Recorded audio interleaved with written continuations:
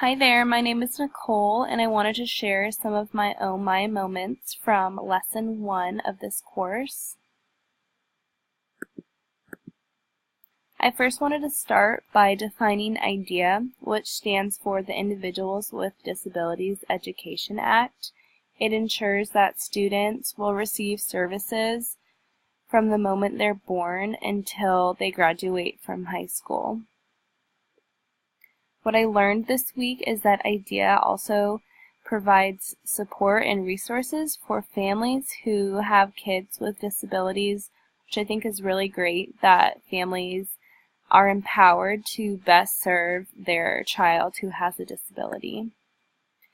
I currently work as an aide inside of a special ed preschool. My one-on-one student has very severe medical needs. And although I want to be a general education teacher, I feel really fortunate that I've been able to learn so much from being inside the special education preschool. So now that I've learned a little bit more about IDEA this week, I want to find out what services our students from the preschool received before they started coming to our class, since our students can only come starting at the age of 3. I want to learn about what kind of services they receive through IDEA.